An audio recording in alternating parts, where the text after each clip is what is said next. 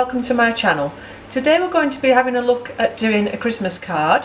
So to begin with, I've got an SAA practice paper taped down to the board, and you'll see I've done a margin, which makes it easier when you're doing your photographing and cropping later, and also you can use your margin to test your colours in if you like. So I've spent a little bit of time this morning doing this imaginary scene. When you draw from the imagination, the good thing is you can really think about your composition, because you're not sort of going from a photograph, so you're looking and thinking more about your composition. So I've used the same pen for all of this, so it was a fine pen, the Faber-Castell pens, and I've done it, like I said, completely imaginary. So I set off with the little house and left that pretty plain. I mean, most of it, there's not a lot of detail in here. The trees, they could be anything, they could be larch, they could be pine, but it's just to give you that alpine feel really. So I set off with the house, and then I did it in pencil to begin with, just the guidelines, the shape of where the house was going to be and where the line of the hills behind and where the trees were going to be. So I've kept most of the detail for the little focal point of the house and left everything else pretty plain. So, you know, nothing down here at all, and then I've got a lot of cross hatching and lines just to indicate some shapes in the mountains to, you know, use as some shadows. So when painting snow in watercolour, the main thing to remember is to leave the white of the paper for your snow. But having said that, there will be shadows on the snow. It's not going to be all completely white. There's going to be shadows cast by clouds, by trees, by undulations in the ground. So don't leave every bit of snow completely white, because it'll look, you know, unrealistic. So just spend a little bit of time doing your drawing, and you know, and then let your ink dry before you come to put your watercolours on. So you'll see some of the drawings done by negative drawing. So here I've put some shadow behind the house. So I've not actually drawn the line of the roof up here because it's covered in snow, so it's not going to be a straight line. So I've just done the shadow behind where the trees are, and again down here just putting some extra bits of shadow in, just to indicate where the trees are casting a shadow and where there's perhaps some rocks and things under the snow there. Okay, so to begin with, I'm going to do the sky. So what we'll do is just get a nice big brush. Excuse me, I've just left that out of the way, and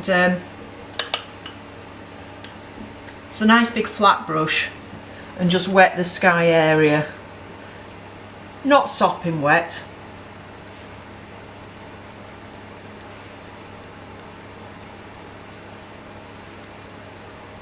And just follow the shape. Good thing about these nice flat brushes is you can get that shape along the top of the mountains quite easily without coming down onto the mountains. Okay, so that's nice and wet, or should I say damp. So if you want to pop your head to one side, you'll be able to see if you've missed any bits. Should be a little bit of a shine on that paper. Okay, so I've already got my colours ready. So I've got cerulean blue, cobalt blue and some ultramarine, and the ultramarine mix is a little bit thicker than the other two, and I've got some alizarin crimson and some gamboge, new gamboge. So I wanted it sort of slightly to look as if it was evening time, which is why I've got the ultramarine, to have a bit of a darker sky at the top. And one of the reasons was I thought if it's going to be a little Christmas card, it'd be quite nice just with the gamboge to make it look as if, you know, they've got a cosy fire lit inside the little house. So I'm just gonna very simply add the gamboge to the windows there. So keeping it really simple, not fussing about with lots of detail. Okay, so a nice big brush. Whoops, what I did there, that's got some colour on it from before, splattered there. And I'll begin with the cerulean, and I'm actually going to just tilt this board, so if you bear with me one moment, I'll just put something under the board to tilt it slightly. So I'll start with the cerulean blue and start at the top and go all the way across.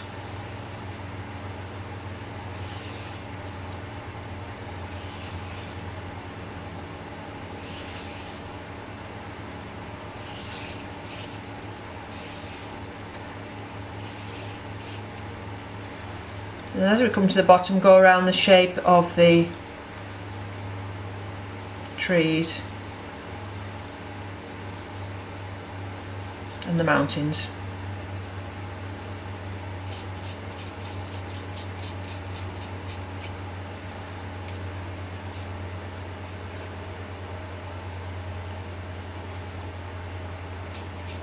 And because you've already wet it, you're not going to get too many harsh lines. It's all going to blend in together.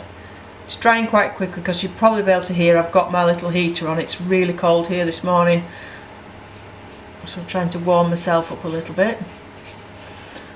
Okay, and while that's still wet, like I said, I want to make it a little bit darker, so I'm going to pop some cobalt in, just in places, make a bit more interesting sky. So I think the cerulean just gives it that feeling of it being cold and snowy. And then right at the top, get that thicker ultramarine.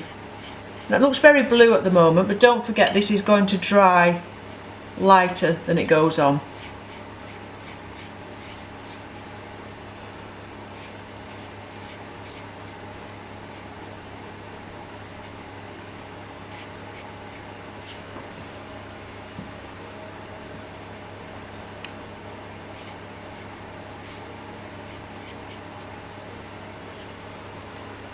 Okay, now I'm not going to mess around with that now. You can see it moving into each other and it's making some different shapes, but that's going to give us the impression of some clouds and things going on. So just leave it to move into each other and don't do anything else on it now.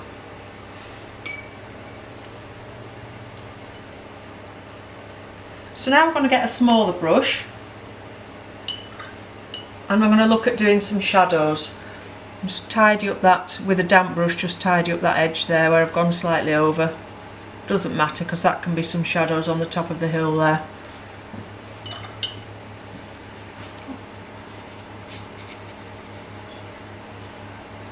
Try and dry it off a bit to stop it doing any more.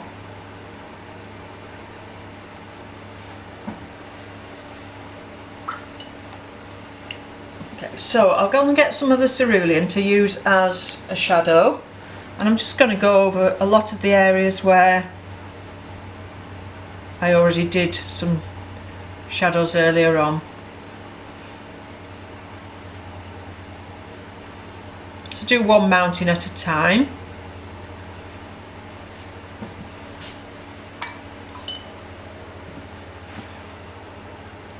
And then with a damp brush I'm just going to soften the edges of that, move it around a little bit.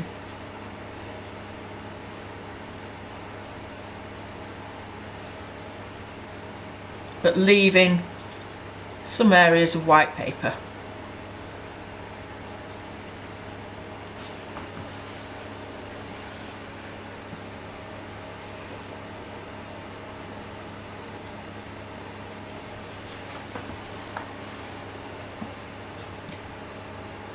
And the same again coming down with this next hill.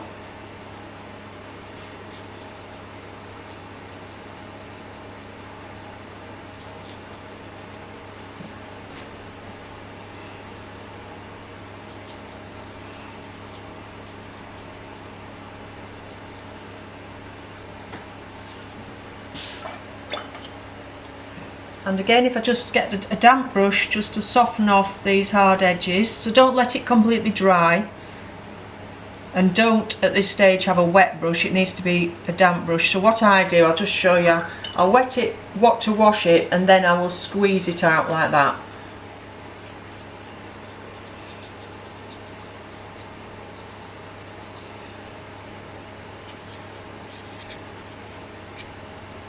And you can manipulate the paint as well as just softening those edges. You can move it around a little bit more as well.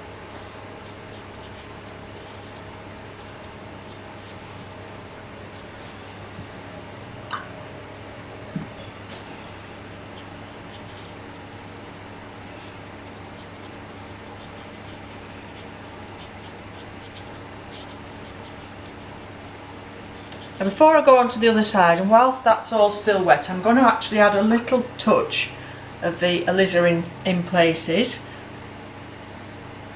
I like these two colours together, the cerulean and the alizarin. Just going to warm the whole painting up a little bit, and we do get those touches of pink in the sky, and that's going to cast a shadow. It's that lovely purple colour that they make together, but don't overdo it. And I will actually just pop some of that in the sky as well whilst it's still wet, but again only a touch. Just going to warm the painting up a little bit and give it a bit more interest, rather than just using the blues over the whole thing.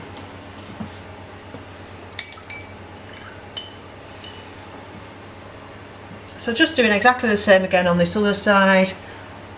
It doesn't really matter where we've got the sky coming into the mountain there, it's just making some extra shadows.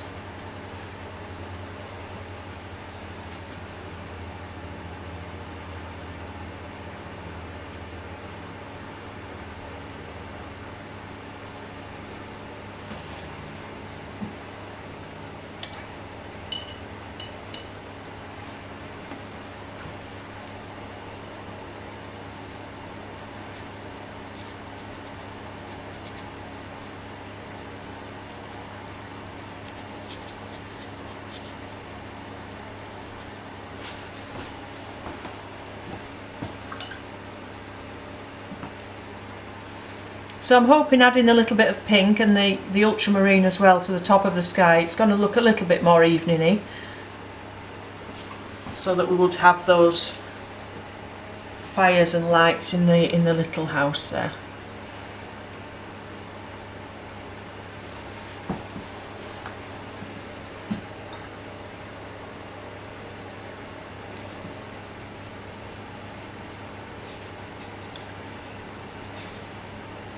So the nice thing about doing pen and wash drawings is you've got that drawing there, you spend your time doing that, and then when you're putting your watercolour on you can just be quite free because you've got that drawing to work to. And here I was just trying to give the impression that it was maybe a little bit of a path going down here, and maybe some either car tracks or footmarks.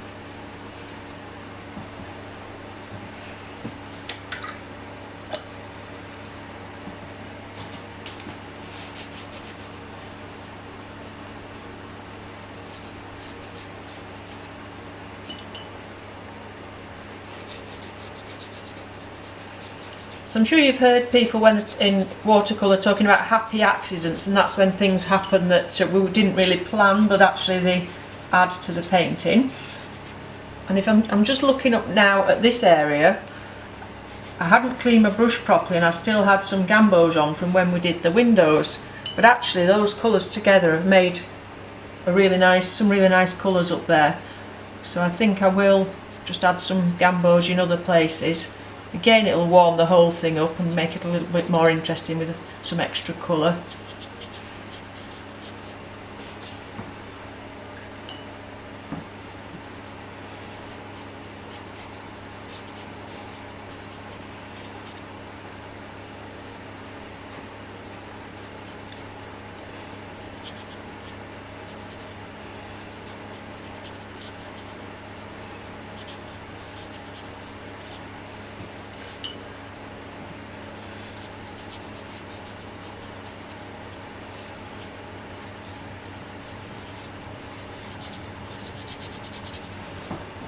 So when you're doing your drawing as well, think about some directional lines. So the eye, with all these lines, the line of this hill coming down here, the line of the trees, these lines here, they're all pointing towards this focal point of the house. So they're completely imaginary, but they just give you that little bit of interest, pointing it all towards the house.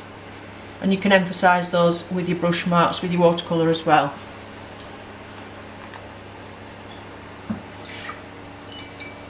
So I'll just now get a little bit of that gamboge and see if we can get that similar colours to what we've got up there in one or two places.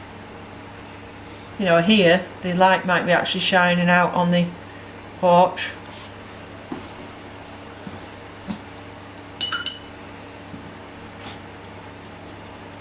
add some extra water to get that to blend in a bit more. But again, it's a damp brush, not a wet brush.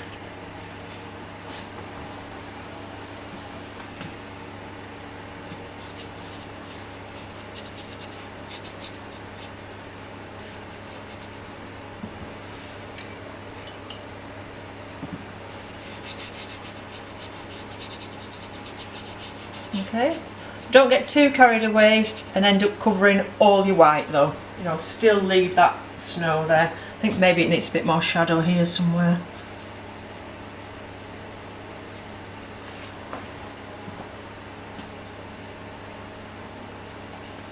Okay, so now to the detail of the trees and the house. So I'm just thinking about a nice green for the trees, but it needs to be real blue green, so I think I'll just add something to this. Maybe we should just add the gamboge to the cerulean and see how we go on with that. Let's just try it down here. It's quite a nice green, and if they are larch and pine, they're very blue, a blue green, so you need more blue in there than you do yellow, whichever combination of blue and yellow you use to make these greens. Just make sure you use more blue than yellow really.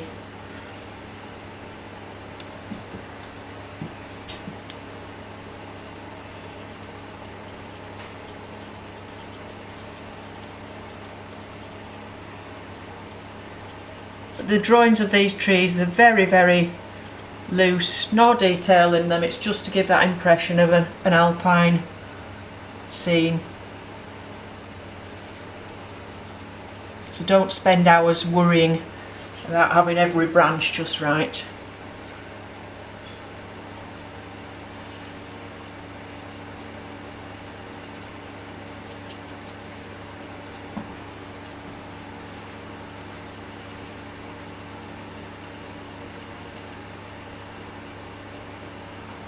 Just think I will take some of that colour just up into these, but I'm not going to put loads. We've got a bit of a tree line going up there. Just a tiny hint, and it's still wet, so that's just going to blend in nicely.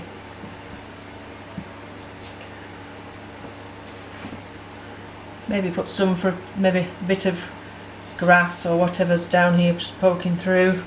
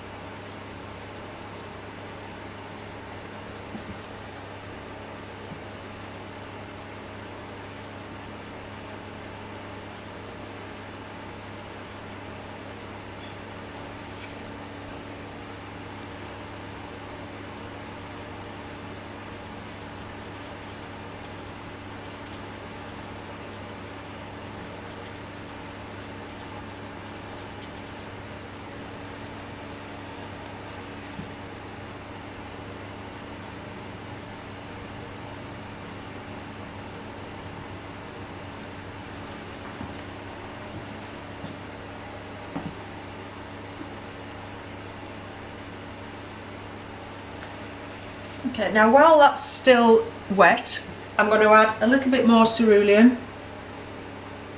to make that a little bit thicker.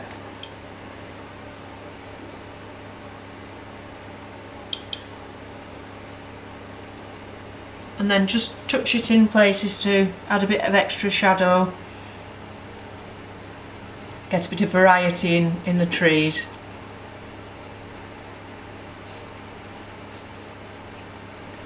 it granulates, does the cerulean, so you can see how the colours are splitting away from each other, the yellows and the blues on the paper, so that gives us this light and shade without really having to think about it too much, doing it yourself. The paint sort of does it for you. I'll take a picture close up of that later on so that you can see what I mean more. And it's doing it in the sky as well with the alizarin, it sort of granulates. So at this point we could easily overdo it, starting adding too much detail and too many extra colours, and I think just sticking to those few colours gives you a nice simple little painting.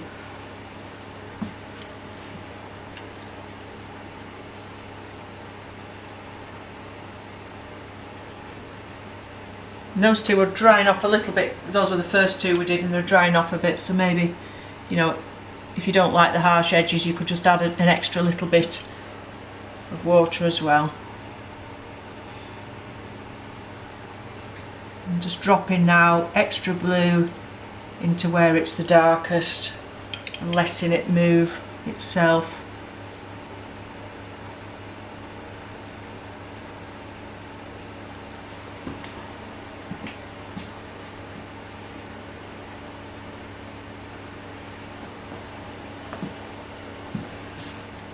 And I do think it perhaps needs some of that colour bringing down to the rest of the picture. So think about balancing your colours. You know, you're creating a picture, you're not copying a photograph or anything else, so it's entirely up to you where you put the various elements, your colours. So if you think this colour here needs balancing, if you have a colour just in one area of the painting, it can sometimes throw the whole thing off balance.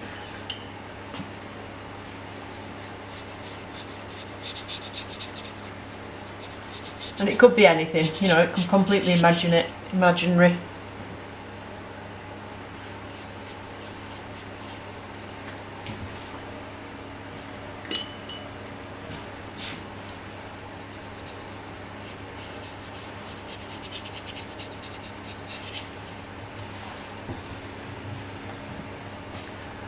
So just to finish off, I think we ought to put a little bit of colour for the wooden lodge.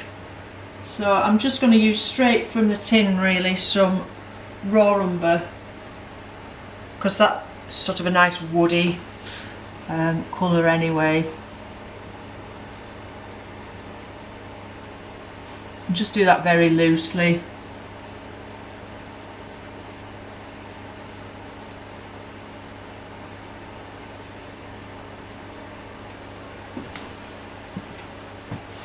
And then I think perhaps we do need some shadow on the roof.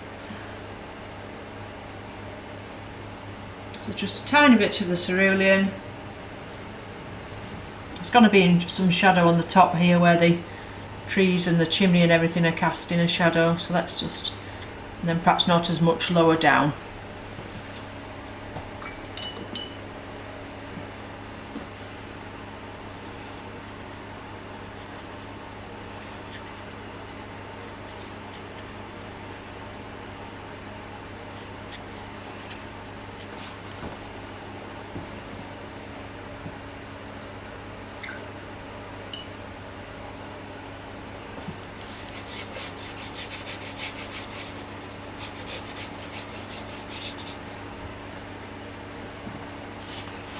And that's just some of the ultramarine right at the bottom, sort of balancing that sky at the top there.